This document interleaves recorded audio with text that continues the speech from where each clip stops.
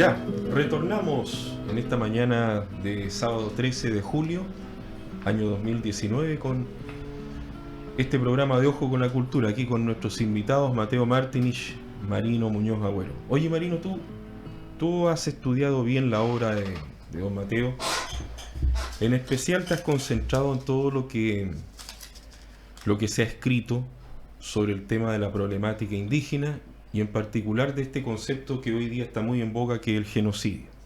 Porque sabemos que en el caso de Mateo Martinich hay gente que lo defiende a muerte y hay otra gente que también ha sido muy crítica, que a veces en forma desmedida, ¿no es cierto?, se emiten comentarios, se emiten críticas que uno escucha en el café, que escucha aquí, que escucha en la calle, que no se ha preocupado nunca del tema indígena, que es mentira, que siempre escribe de los prohombres patagónicos, de los Brown, de los Menéndez. Pero tú tienes y has encontrado, y lo escribiste en la columna que tú tienes en el Magallanes, unos documentos que son muy importantes y que sería bueno que lo compartieras con nosotros. Sí, tú dices muy bien, Víctor. Se escucha, se dice, se comenta que el historiador Martinich no ha abordado lo más grave que yo he escuchado. Ha omitido deliberadamente el tema específicamente el tema del genocidio Selman. Pero lo he escuchado. Yo jamás lo he visto escrito responsablemente por alguien, ¿no es cierto?, que lo ponga en algún lugar, en un diario, en un documento, en un artículo, de tal manera de que el historiador Martinich le responda con, digamos, la fuerza que le conocemos para responder y defender su obra. Tenemos acá un documento, no sé cómo lo mostramos en cámara, un documento histórico, ¿ya? Partamos de una cosa. El año 1969 se funda el Instituto de la Patagonia. El año 1970 se empiezan a editar los Anales del Instituto de la Patagonia, revistas de corte científico. Estas revistas van un volumen por año y al año 72 íbamos en el cuarto volumen. Don Mateo Martinich era, a mi modesto entender, todavía un historiador en ciernes. A esa época tenía 2 libros publicados, Presencia de Chile en la Patagonia Austral y Magallanes, Síntesis de Tierra y Gente. 2 libros publicados de un total de más o menos 60 títulos solo en primeras ediciones. Más o menos un cálculo estadístico.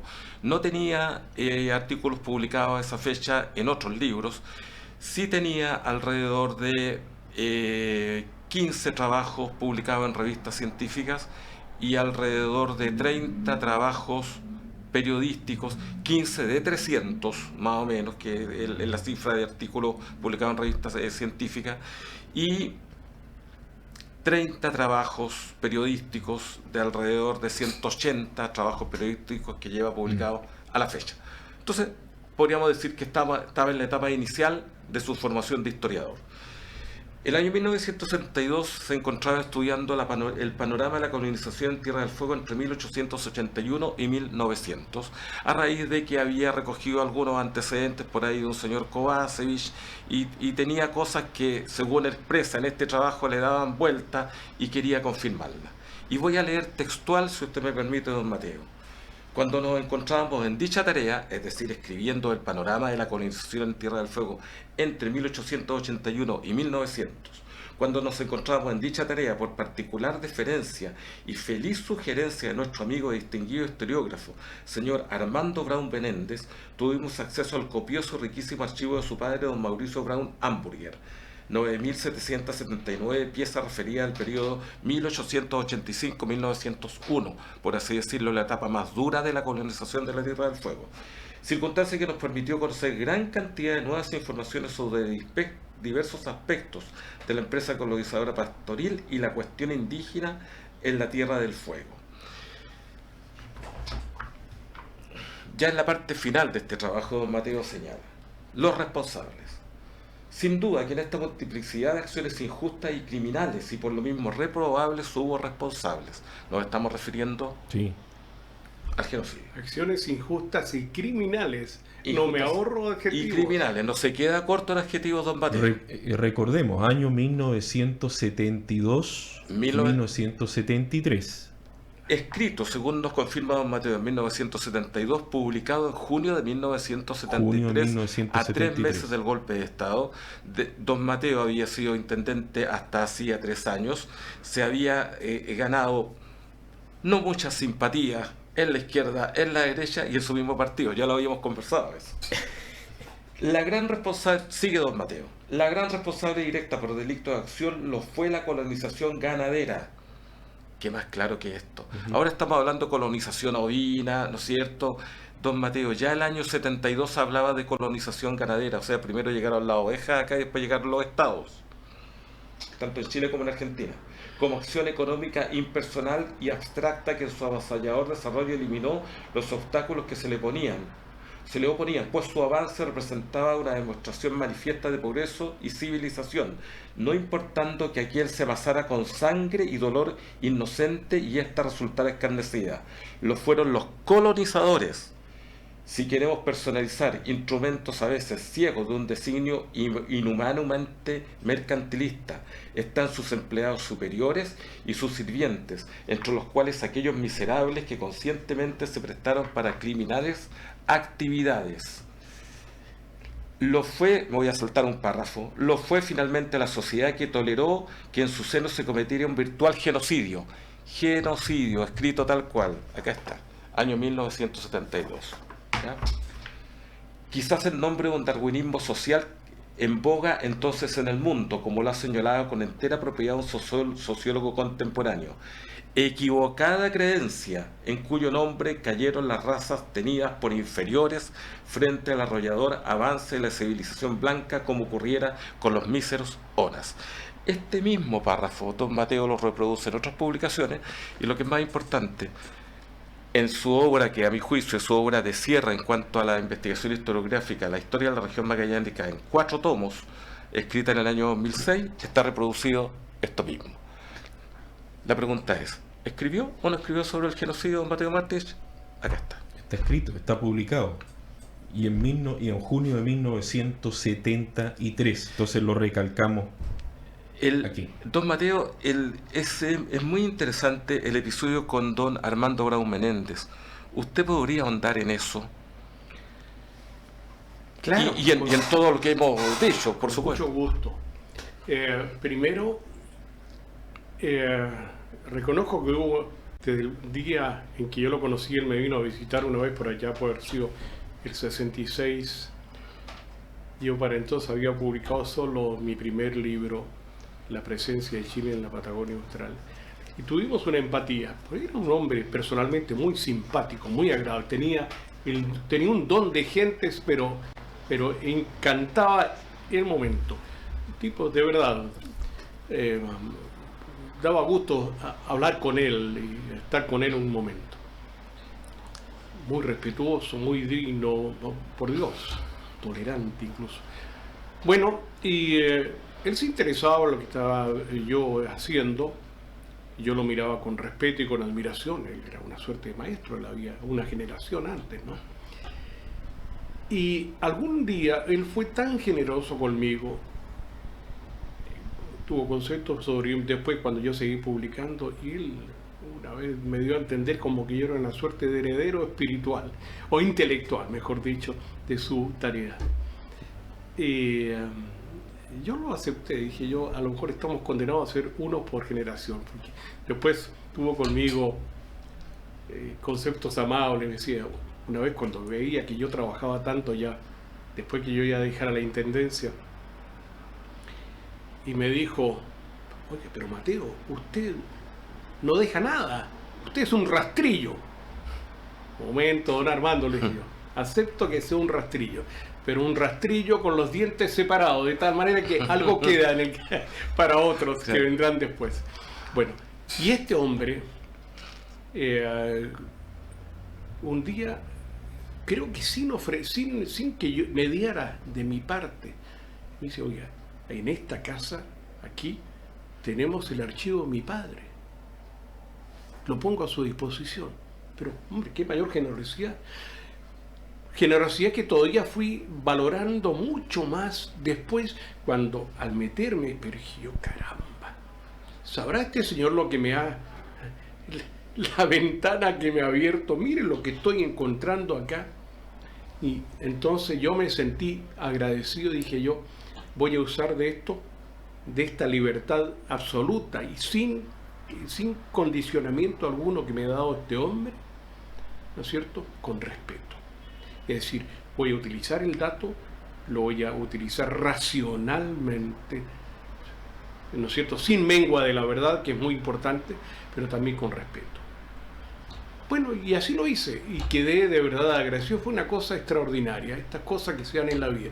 Él no se dio cuenta, quizá, ¿no es cierto?, de lo que estaba haciendo, y yo en consecuencia usé con provecho para la historia, con provecho para la verdad, pero también, ya digo, con moderación, con prudencia y con respeto.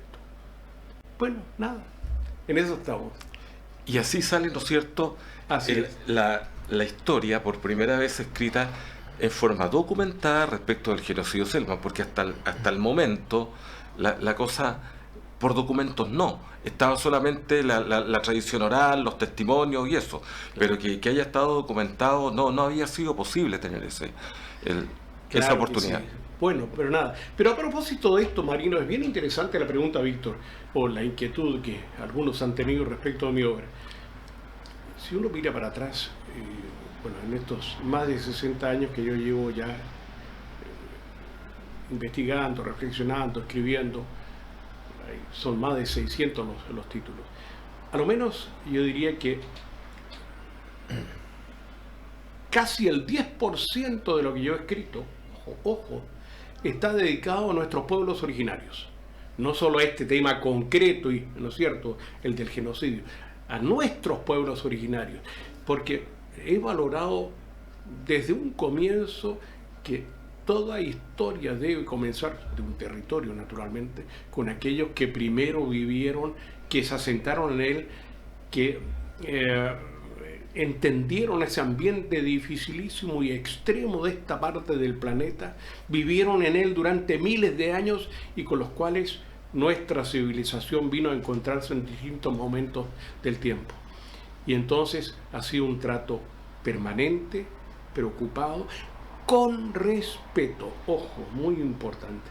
No solo pensando en aquellos que les hicieron daño, gente de nuestra civilización, en el curso del tiempo, sino que pensando en que había que contar desde el comienzo, ¿no es cierto?, cómo esos humanos que fueron llegando desde 12.000 años atrás hasta nuestros días fueron encontrándose con este ambiente natural tan difícil, adaptándose a él, generando civilizaciones, mejor dicho, culturas a su manera y viviendo, ¿no es cierto?, en este territorio, con respeto y con cariño muy hondo. Y eso, entonces, desde mis primeras formulaciones que los hago, sobre todo eso está muy concreto en la historia de la región magallánica al comienzo, después que parto con aquella frase de que al principio fue el hielo, para hablar de lo que era la última glaciación patagónica y el espacio natural que va quedando libre, a donde van llegando estos humanos que van migrando de norte a sur y terminando aquí su larga marcha, cómo se van adaptando y cómo se va formando este proceso tan admirable de adaptación hombre-territorio. Y lo quise sobre todo por un cariño especialísimo dedicar a los Aónic, los viejos Aónic, nuestros indios continentales, nuestros hombres continentales, con los cuales se encuentran primero los europeos cuando llegan desde Magallanes en adelante, con los cuales Chile se encuentra cuando se establece aquí en la Punta Arenosa, o antes incluso en el Puerto de Bulnes, y con los cuales interactuó la colonia de Magallanes durante muchos años. Y a ellos les dediqué este libro que me gusta tanto, Los Aónic, Historia y Cultura, que es una historia, la única que se ha escrito sobre este pueblo que ya no existe, pero que yo, por el cual tengo un cariño de verdad entrañable. Y he seguido escribiendo en el tiempo, ¿no es cierto? Bueno, pero no solo de ellos, después hay, recuerdo, otras contribuciones importantes, aparte, ¿no es cierto?, de esto concreto, ya digo, pero mi trabajo sobre los Cahuéscar, que fue publicado en el Journal des Americanistes en el año 1981-82, un estudio sobre los Cahuéscar, donde el gran trabajo lo ha hecho Joseph Pereira antes. Bueno, sobre los Yamana también, muy importante, que eso fue publicado en los anales del Instituto de la Patagonia, sobre los Selknam repetidas veces. Ya digo, hay el 10% de mi trabajo escrito está dedicado a nuestros pueblos originarios, de manera directa, en que ellos son los protagonistas, son los actores de ese relato, de ese trabajo intelectual. Y de manera indirecta yo diría que prácticamente casi todo el resto, porque de una u otra forma los toco. Y allí están claros los temas delicados, el genocidio, donde yo quedé impresionado cuando Marino estaba leyendo, caramba, qué fuertes son algunas palabras, pero no me he desdicho jamás ni una coma de lo que escribí entonces y lo que he vuelto a escribir, como muy bien lo ha recordado Marino, cada vez que se prestó el caso, una y otra vez, porque lo encontré que estaba hecho con tanta propiedad, con tanto ajuste y con tanto rigor, que yo a lo menos no podía cambiarlo. Lo cambiará otro algún día al estudiar mi obra y al verificar si aquella afirmación o aquellas afirmaciones son audaces, son excesivas o son para otros cortas incluso. Bueno. En la Tierra de los Fuegos también toca el tema. Así es. Y en el tomo 2 de los 4 tomos estaba verificando acá, en el tomo 2 de los 4 tomos de la historia de la región magallánica, que podríamos hablar que es la obra definitiva, un capítulo completo que se llama Los indígenas, consecuencias del enfrentamiento cultural, dividido en 3 secciones: el ocaso de la etnia Aonikenk, las vicisitudes de los pueblos canoeros, estamos hablando de los Yamana y estamos hablando de los Cahuéscar, y el genocidio de los Selknam. Acá. Ahora, ¿tú crees, Marino, de que no se ha leído la obra de Mateo como corresponde? ¿O aquellos que critican, que hablan, que genocidio arriba, para abajo, para todos lados, el genocidio se utiliza ahora, es simplemente porque hay una ignorancia con respecto al tema? Mira, yo no ¿O hay otro tipo de intereses? Yo no podría decir qué es lo que pasa con las demás personas. Yo puedo decir lo que he escuchado. Puede haber otro tipo de intereses. Puedo contar mi experiencia. Uno de tanto escuchar, sí, algo de tanto repetirse se torna en verdad. Claro, y yo hasta cierto momento igual pensaba lo mismo. Y me pongo a estudiar hace un par de años la obra de Don Mateo, porque uno de tanto escucharlo, como digo yo, y empiezo a buscar, y cuando me encuentro con esto, ¿no es cierto? Que a todo esto es una separata, porque los anales del Instituto de la Patagonia, los trabajos salían como separatas, también se publicaban. Me encuentro con esto hace, digamos, unos 10 años. Empiezo a revisar, empiezo a seguirle la hebra en las obras posteriores. Y haces tú todo un trabajo que son varios capítulos, varios domingos con respecto a la temática. Entonces, si yo pudiera dar una opinión, yo creo que ¿qué es lo que hay que hacer acá? Primero hay que leer la obra. Primero, antes de opinar hay que leer. Y segundo, hay que hacer una lectura que sea, y creo que eso tal vez daría para un trabajo de investigación, una lectura integradora, o sea, el juicio completo a la obra de don Mateo Martins. Porque si estamos hablando prácticamente de 50 años dedicados exclusivamente al trabajo historiográfico, porque sin mezclar el periodo de intendente y eso, digamos, son 50 años dedicados exclusivamente como historiador. Es evidente, ¿no es cierto?, que en 50 años van apareciendo nuevos antecedentes. Es evidente que en más de 600 trabajos puede haber por ahí alguna contradicción. O sea, estamos hablando de un ser humano, de un historiador que es un ser humano y que también tiene como historiador, y como dijo Brodel, el historiador francés, la historia es inseparable del historiador. Entonces yo creo que ese trabajo está pendiente, tal vez dé para una tesis doctoral, el análisis completo, integral de la obra de don Mateo. Es mi opinión, digo. Bueno, ¿qué quieres que te diga, Manuel? De pronto me sentí cuando tú dices eso, como si yo ya no estuviera en este mundo y alguien estuviera haciendo un juicio sobre lo que he escrito. pero de verdad yo creo que sí. 60 años después, estirando un poco el medio siglo al que se refería Marino, de pronto yo mismo reviso el listado de todo lo escrito y me asombro, no solo por la fecundidad, hay un promedio de 10 trabajos por año, de todo tipo, artículos, monografías, libros, qué sé yo, pero la variedad de temas, Dios, aquello que dijo Armando Brown en algún momento, pero usted es un rastrillo, de verdad, creo que es un rastrillo. No sé cuán ancho entre punta y punta, pero bueno, pero me he ocupado de todo, con mayor o menor profundidad, pero no he tratado de no dejar nada. En esto soy un émulo sin quererlo y me honro de José Teruello Medina, el gran historiador, el gran polígrafo chileno. Pero qué bonito, pero claro, concuerdo con Marino en que este juicio habrá que hacerlo cuando yo ya no esté en este mundo, y entonces abordar en un trabajo que deberá ser de gran envergadura. A ver, ¿qué escribió este señor? ¿Cómo lo hizo? ¿Con qué rigor? Bueno, muy bien. Pero hay que partir leyendo. Hay que partir leyendo. O sea, primero leamos y después opinemos. A propósito de la diversidad de temas que usted menciona, don Mateo, recordemos sus primeros artículos publicados en la prensa referidos a la fauna magallánica. Sí. O sea, estamos hablando de artículos referidos a la fauna, a la flora, a la artesanía de las etnias, la cartografía, para qué decir, digamos, es una rama aparte, la arquitectura. Lo recordábamos en un programa anterior, lo recordamos el otro día. ¿Cuántos pueblos fundó usted en su época de intendente?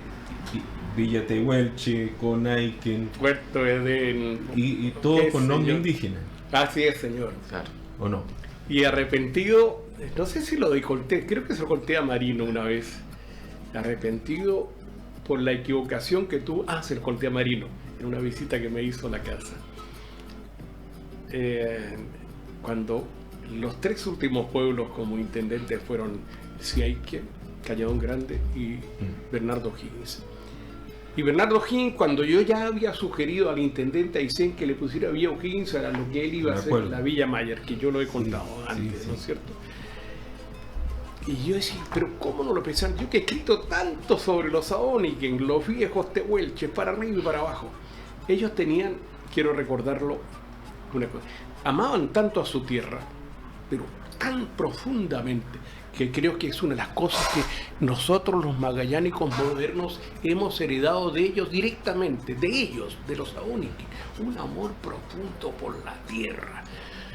Que hay 2 o 3 testimonios que yo he recogido. No había para ellos, cuando uno interactuaba con ellos, los visitaba en sus campamentos, y decía algo así como: qué linda pampa, qué buena pampa. Pero es que se morían de placer al oír que ese extraño les encontrara lindo su país, su territorio. Qué bonito.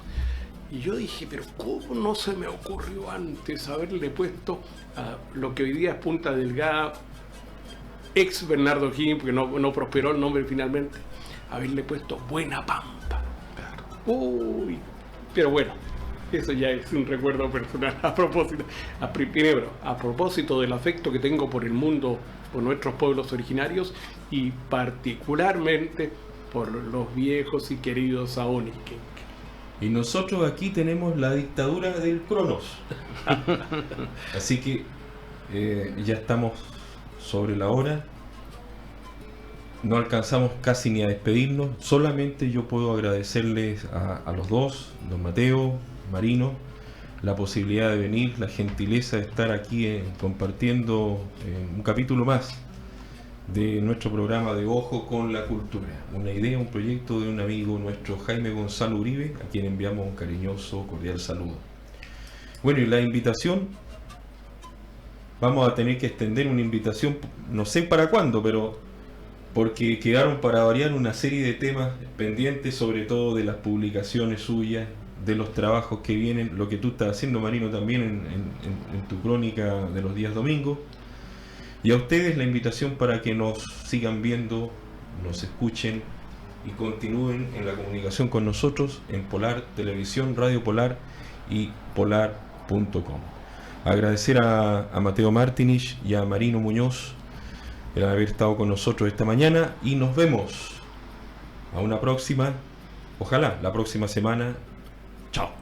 Muy bien, gracias.